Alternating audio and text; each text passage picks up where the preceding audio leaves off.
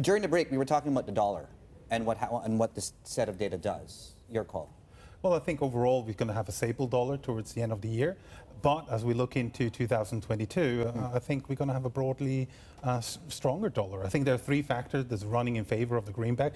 Number one, global growth is going to peak. I think that's something that we can still enjoy this time, a little bit of an acceleration towards year end, but that's going to go. And the Fed is around the corner of tightening monetary condition. I think even though a lot is priced in, fair enough, but if you look historically, that still leaves additional support. So in that context, broad dollar strength into next year and towards Asia, where we are here at this point, well, I think I see more weakness even in the short term. Just some lines crossing when it comes to Thailand. We did get those second quarter GDP numbers, which did look better than expected, but they're still cutting their 2021 GDP growth estimate from range of 1.5% to 2.5% right now. So this is on the back of the second quarter, where quarter on quarter it was still gaining, growing at least, but just 0.4%. But economists were expecting worse, a contraction. So, Dom, put this into perspective when the dollar gains that we've been seeing so far. Does it just mean that EM is just going to continue to get pummeled or hit hard? Well, we got already hit hard by different factors, and I think there's still room that the EM might get a little bit more under pressure on the currency side.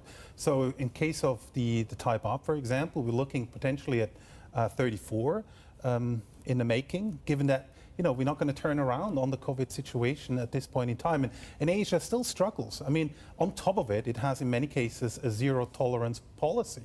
And that comes with restricted mobility, and that's going to show up in the data. On top of it, if you look at the export side, things are not accelerating anymore. So that support that you had in the past isn't really here. And I think that just adds to the downside. And some of your conviction calls reflects, I guess, the varying degrees of recovery within the Asia Pacific. So I think you're long Sing dollar against the yen, or Canadian dollar against the yen. You're long Kiwi against the Aussie. If you could talk us through the thinking there. On the Sing yen, for example, we just think that real rates in the US are going to go up. Okay. And historically, who is most sensitive is really Japan.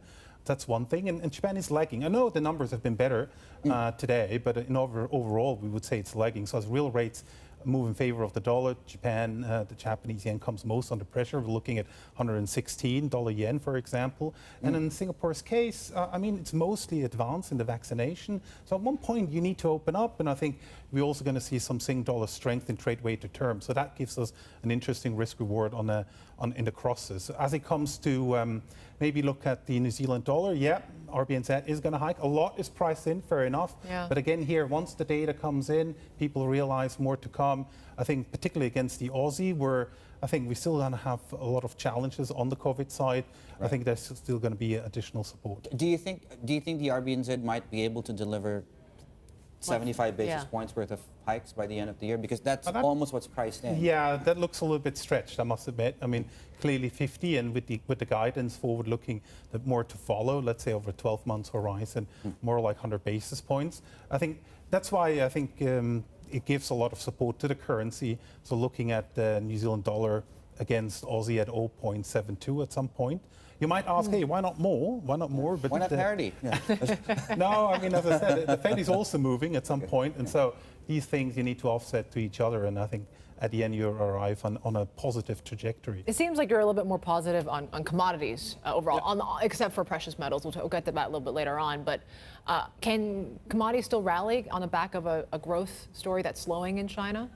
Well, from here, it's going to be a slower grind higher. So it's not anymore that kind of fast pace. But there are some unique factors in commodities that still warrant a higher move. So we're looking at total return from here over the next 6 to 12 months at almost high single digit.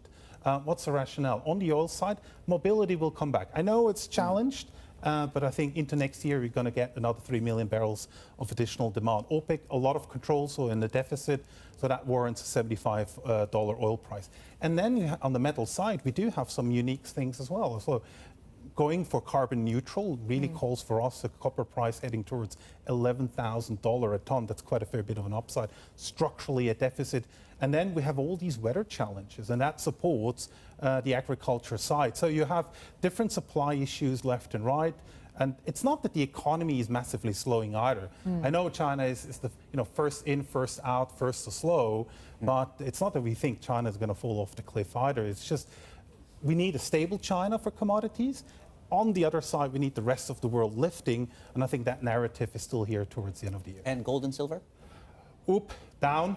I think the message must be, if you have a tactical position, get out. If you have a strategic position, hedge it. I just see more outflows. I mean, in a world that looks better, why you want to hold so much insurance asset?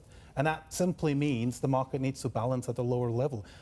Where do you think jewelry is going to balance this market? Close to 1,800? No. It's probably more to 1,600. And as for silver, it's just going to follow gold. So looking at 22 or lower. So really time to manage your position on the precious metal side. Don't sell your jewelry, please. Oh, I won't. No, I don't have any to sell. I don't have that much to begin with. But no, you mentioned about 1,600. I mean, for a gold investor, where do you actually turn to then in the precious metal space? Well, you could theoretically head towards platinum if you wanted to. It has a greater industrial exposure. You can say, well, there has also been some challenges on the car manufacturing side, but that should be resolved.